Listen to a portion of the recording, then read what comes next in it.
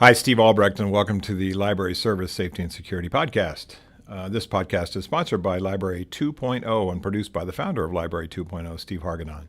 You can always get more information about Steve Hargadon and Library 2.0 and me and the webinars and podcasts and articles I do for Library 2.0 at library20.com.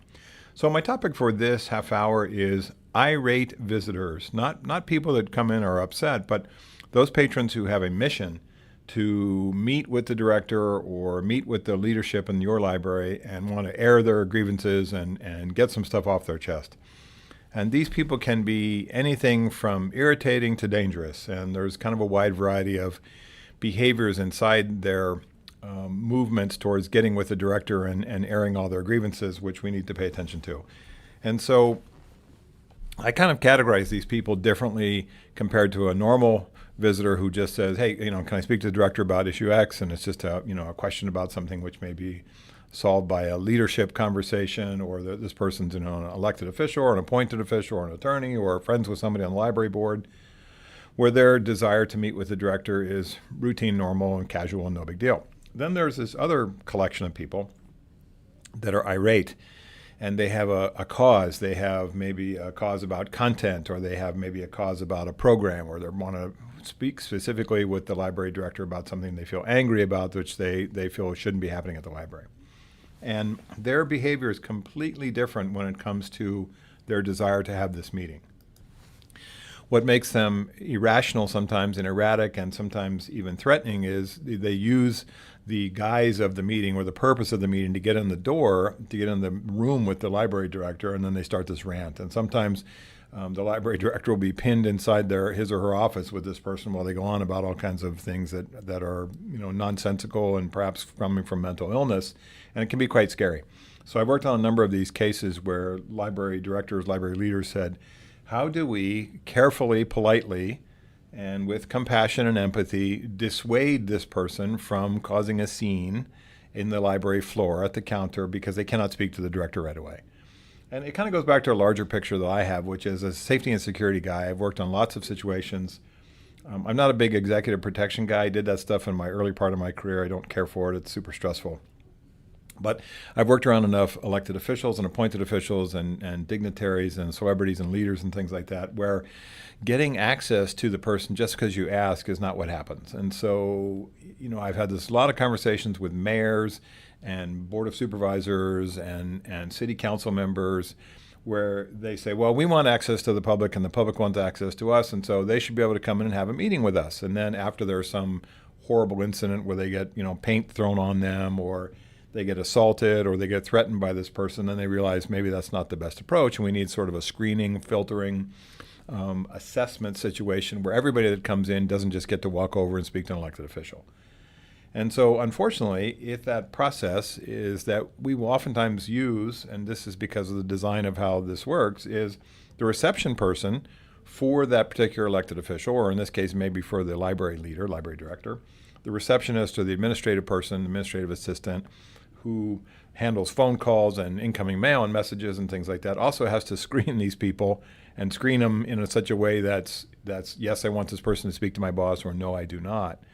And so I give a lot of credit to those young men and women who oftentimes are at the point, kind of the riding point of these people coming in, and have to say, I need to be part-time psychologist, part-time threat assessor, part-time security guard to say, is this person sane and reasonable and able to have a polite, normal, appropriate professional conversation with my boss, or do I need to screen them out? And my argument most of the time is you can tell pretty quickly when they come in and they're sort of wild-eyed and they have a collection of goodies in a box that they want to, papers they've been collecting since the 30s, they want to show the library director. That's a warning sign.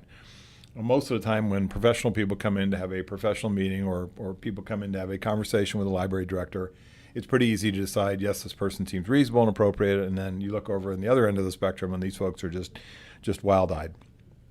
So they come in oftentimes with boxes of stuff. They've collected things they've cut out of the newspaper. They have clippings and photographs, and they have proof, quote unquote, proof in their mind that something horrible is happening. There's a conspiracy theory thing going on with them, or they believe the library is involved in some kind of nefarious projects or nefarious situations, which is never true, of course.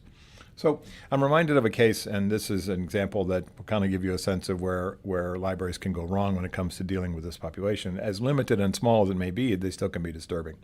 Not everybody is like this, but the ones that are can be challenging and a little frightening. So years ago, before I started even doing library work, I was doing threat assessment for this library in Washington State, and they were receiving from a patron a collection of all kinds of odd correspondence, and this is the pre-internet days.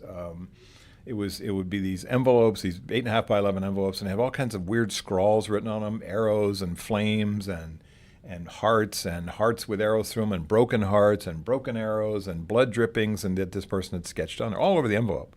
And all kinds of odd phrases, stuff from the Bible and stuff from poetry and stuff from literature, just written on every inch. And then you open it up, and there's Playboy photographs from Playboy magazine, and there's clippings from the newspaper, and there's stuff from Time and Newsweek and various other newspapers, and the Washington Post and the New York Times, all about various and sundry things which have nothing collectively to do with anything with the library. So this went on for a span of months, where this person would send just acres and acres of paperwork, folders, stuffed into these manila envelopes, shipped off to the library director. And so the library director made a fatal mistake, not fatal, life-threatening, but fatal as in behavioral mistake with this guy, which is to write back, this is pre-internet, of course, and write back and say, thank you for your submissions. I don't understand why we are getting this stuff. It makes no sense to me. Please stop sending it. Well, guess what this guy reads? It makes no sense to me. I need to explain it. So he doubles down, sends even more stuff, more Playboy photos, more sketches, more odd envelopes, more things from the newspaper that he clipped out and put in there. Clearly some pretty significant mental illness. The conspiracy theory stuff, out of touch with reality, this sense of kind of entitlement that he owes the library an explanation. And this sense of owing the library an explanation about why he sends all this stuff means I got to send more stuff. It's clear that they don't get me, and they can't figure out what I'm all about, so I need to send more items. In which case he just doubled and tripled down, and stuff started showing up every day. So the library director, bless him, was trying to be polite to this person, and that wasn't necessary. There's a concept in my work in threat assessment called the magic number. And it has to do with stalking and inappropriate contact by people, and those situations where a person keeps pestering somebody in a leadership position, or maybe somebody they have a love interest with, or somebody who's in an elected position, where they say, if I pester this person enough, he or she will answer me. And oftentimes, if I keep trying, maybe I'll get what I want. So here's a perfect example. We have a young woman, and let's say it's a library situation, and some guy comes in and he frequently, constantly, all the time asks her out. And she politely at first says, no, I have a boyfriend, or I'm married, or I don't want to do that. Or even if I'm single, no thanks, I'm not interested. I don't date people that I meet at work. No thanks. Well, this guy hears none of that. And so this young lady's, trying to do her job, and this guy just keeps pestering her and pestering her. Will you go to the movies with me? Will you go out for coffee? Can I buy you a drink after work? Can we go walking with your dog? Finally, and this is the mistake, right? Out of exhaustion, and thinking and hoping perhaps that by saying yes to this guy once, she can say, okay, we did it, enough, that's it, we don't have to do it again, so I'll agree to go to coffee with you. So he says, okay. Let me go back to my journal here and realize it took me 143 times to get her to go to coffee. That becomes the magic number.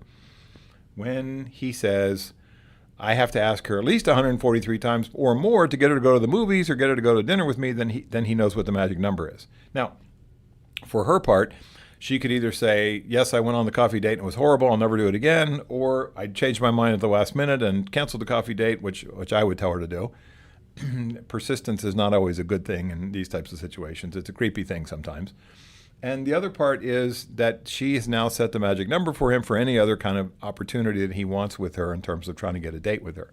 So the answer and the solution to the magic number is 0. And I see this in my stalking cases and the stuff I worked at in domestic violence investigations and stalking cases in the old days, which was, if this person who is the perpetrator, the threatener, the person that wants something from the other party is persistent enough to get the person to finally give in, to finally cave in and do something they don't particularly want to do, that becomes the magic number.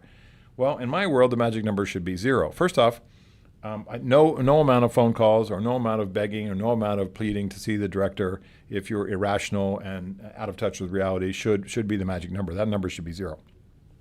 What we need to do is set up a protocol, a process where we say, let us screen every piece of mail that comes in or package, because sometimes these folks create boxes of stuff which are nonsensical and have odd items in them. And sometimes they send long and laborious letters about various and sundry conspiracy theories they think is somehow related to the library and the library's existence.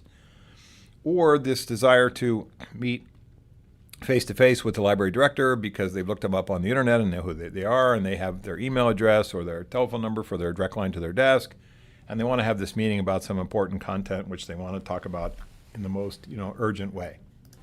And again, I'm not saying these people are necessarily dangerous, but they certainly have an agenda, and there are two agendas, really. One is the obvious one, which is, I'm upset about this content, I'm upset about these programs, I'm upset about these books or DVDs, or I'm upset about what you allow to come into the library, or these things these speakers you bring in, whatever it happens to be. And then there's the hidden agenda, which is, I'm furious at the library employees, I'm furious at the library director for allowing these things to happen, and that can be more concerning, more sinister. So the obvious overt agenda is anger, and the hidden agenda sometimes is just rage at you're a government official, how dare you do these things, how dare you go against my own values and morals and ethics about what I would appreciate not having in my library, et cetera, et cetera. So they're generally irate, they're generally irritating and irritated, right? They're oftentimes entitled to have this opinion. I pay taxes, I pay your salary, I've been a resident of this community for 28 years, that kind of stuff. They can be highly impolite, and they can be forceful to the point of like stalking. It's like a repeated behavior over a span of time that puts people in fear. And they may not make threats to harm, but their persistence is really irritating, and it can move from sort of, isn't it interesting how this person's quite eccentric, to, isn't it interesting how this person won't take no for an answer? And seems to, and I've had this in my cases a lot, seems to know how to butt up against the edge of doing things that are illegal. They don't make threatening statements, or they don't write down threatening things in their correspondence, or the things they leave or try to leave with the library director, because they know they could get arrested for that type of stuff, especially these days. But they have a sense of impropriety, and they have really poor social boundaries. And they do this not only at the library, but lots of other places. They may do it with the bank they go to. They may do it at the movie theater in their community that they're upset about something. So it's not like the library is particularly being singled out for this type of treatment because it's just the library. Sometimes this is what's on this person's list of places that they're angry at in their world, but also that they use the library because oftentimes they see things in the newspaper, or they see things on social media or on TV about library programs that they're upset about. So one of their hallmarks is they need to, quote unquote, prove to the library director or to library leaders why they are correct. And they will do this with scads of correspondence and articles and things that they have written and photographs that they've put together and they've cut out of newspapers or magazines or printed off the internet or printed at home. And they will create, full reports for you to have to read and scrutinize every word. And oftentimes it's just nonsensical ramblings. And so this desire to provide proof to the library director about how their point is correct and the library's is incorrect will oftentimes show up when this person wants to deliver some kind of report or manifesto or box of things or some padded envelope full of all kinds of stuff to the library director.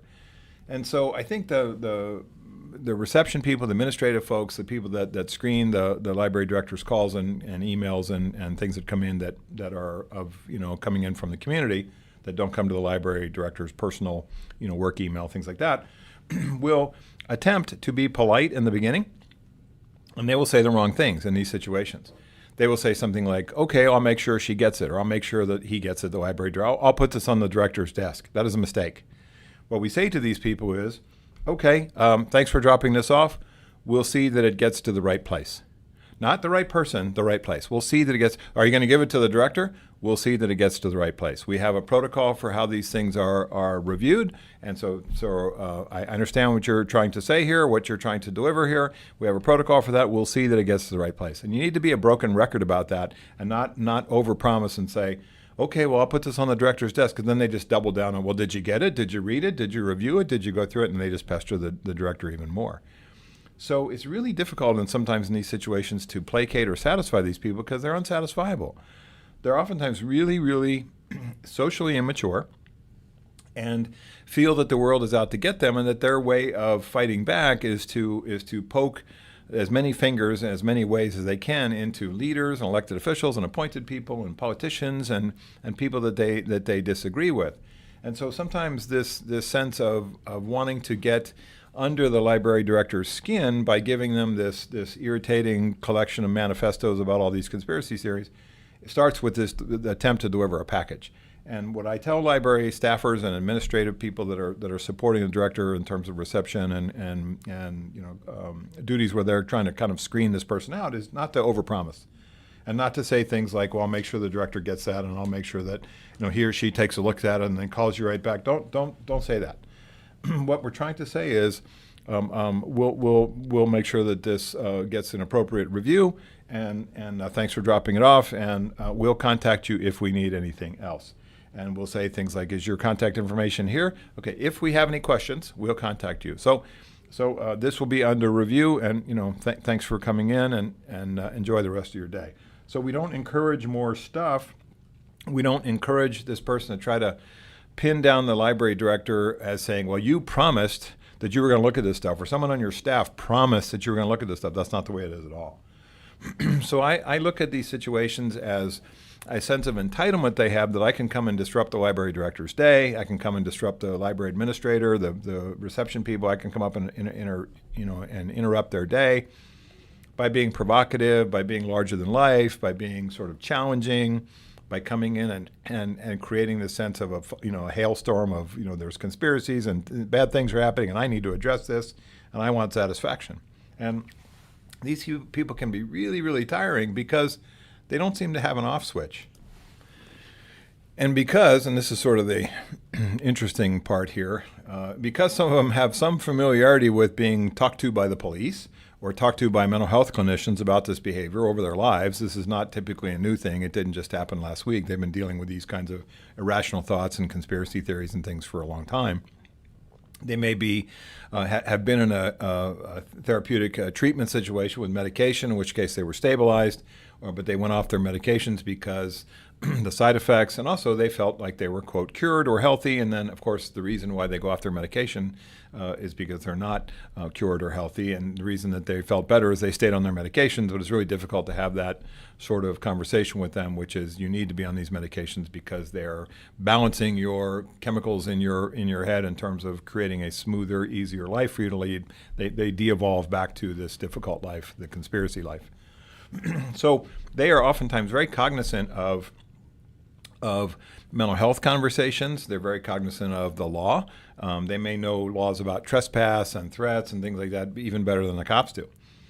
And I oftentimes, when I have encountered these people, there's a degree of paranoia in their conversations and a degree of paranoia in their writings and their communications, which is oftentimes really to their detriment, because what happens is they predict their own demise. And so they'll say something like, I bet if I keep bothering you about this issue, you're going to call the cops on me. And we do. Right? And then therefore it reinforces the fact that they predicted their own problem. And so their paranoia oftentimes is quite accurate. I bet you're going to try to have me arrested. And sometimes we do, or a restraining order, something like that. They will have predicted that. And it's uncanny sometimes that they'll have the knowledge to be able to say, I bet this is going to happen, then it happens, because they know that what they're doing oftentimes is either illegal or could be illegal if it escalates and gets to the point where it's breaking the law. So these people are not ignorant. They're not stupid. They know things about things. They spend a lot of time on these issues and oftentimes have more knowledge about them than other people, the library people or even the cops do. So managing these cases sometimes requires some help. It may take a community effort here from advice or support from mental health clinicians, advice or support from law enforcement, advice or support from local leaders who may have engaged with the same person. I refer to this in my work as a threat assessment team conversation. Again, these people are not necessarily dangerous, but they can go on forever sometimes until they're distracted by some other event, and then they switch their target to somebody else. I've had them focus on real estate agents that they saw on bus bench ads and on the side of a bus. I've had them focus on lawyers that they saw on billboards. I've had them focus on news media anchors, personalities that they saw that were in photographic advertisements around town. They switch targets oftentimes, quite frequently. So the threat assessment team process is where we bring a variety of safety and security stakeholders. Could be from the mental health community, could be from law enforcement, could be from social services, could be from the city or town where we have elected officials, where there's a security function in that conversation to say, what do we do about this person? He continues or she continues to bother lots of people across our community, and it's problematic. It's moved from this person's eccentric to this person is really monopolizing a lot of our time, and there seems to be no end in sight, and they're getting more and more progressively angry. And in my threat assessment work, what I am frequently looking at is when this person runs out of an audience and runs out of someone to hear him or her, and runs out of people that will sit and be patient through their message. Sometimes they escalate their behavior. Not always, but sometimes they escalate their behavior. So what we want is a group conversation to say, what's the best approach with this person? Do they have a caregiver? Do we have any sense that there's someone in their family who can intervene and say, look, you need to stop doing this and stop pestering these people at the library? And so I use this kind of a team-based approach. I've had cases where the person was a veteran and we got the VA involved and managed to get them some care through the VA psychological services and therapy services. I've had cases where family members came from out of town and said, we've been trying to get this person to come live with us so we can get them stabilized and back on their medication, things like that. That sometimes works. So oftentimes, I will look to these stakeholders in the community, law enforcement, psychological services, social services, to say, do we have experience with this person before? Has he done other things or she done other things around the community? And what's been our best approach? What is the solution for what this person is doing to get them back to a reasonable pace, out of this sort of manic energy about stuff that's oftentimes nonsensical. So it kind of goes back to the larger picture of a process which I have talked about in my Safe Library book in the appendix. It's a visitor policy. I feel strongly about these things that we've been talking about to this point in blogs and podcasts and articles about nobody should be able to walk in off the street and walk right up and have a conversation with the library director without being screened. And the screening just means, what is this in reference to? Does the director know you or have had conversations with you about this issue before? Is this the first time you've talked about it? Do you know the director personally? I mean, things that you might just say as a way to say, is this person a friend of the director's who he or she knows and would be no big deal to set an appointment? Or is this person a total stranger? Or is this person reasonable, not erratic in their behavior, and the director may need to do some research or have staff provide some information before he or she can have a conversation with this person because they need a little backstory about what the person wants to talk about. That's perfectly fine. But this idea that you should be able to walk in off the street and walk right back and speak to an elected official or an appointed official or a library director, I'm against that. I understand that it's a public job and the public's right to access, but I have seen far too many cases where really eccentric, irrational, potentially dangerous people have managed to get in behind the locked doors of the facility and talk to people who are afraid to speak to this person by themselves in a situation where the door is shut and they're ranting and raving and they have no way out of the room. It's not a great thing to happen. So I like the idea that just says with all visitors, sir or ma'am, we have just a few questions we need to answer before we schedule an appointment with the director. If you'd like to email me some thoughts that you'd like to share with the director, I can share that with him or her. So that we set up a little bit of a screening process to say, what is the context of this conversation? What is the content going to be? What will it look like? Does the director have knowledge of this person and or the issues? Is there a sense that this person's in touch with reality and is not here to threaten the director or threaten the facility? Can we look at these things in sort of a brief, polite, careful screening process to say, this is what we typically do.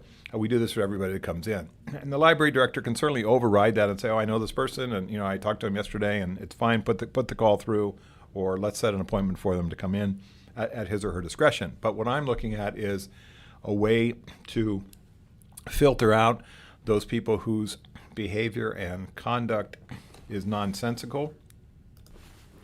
And not only is it nonsensical, but it's disturbing.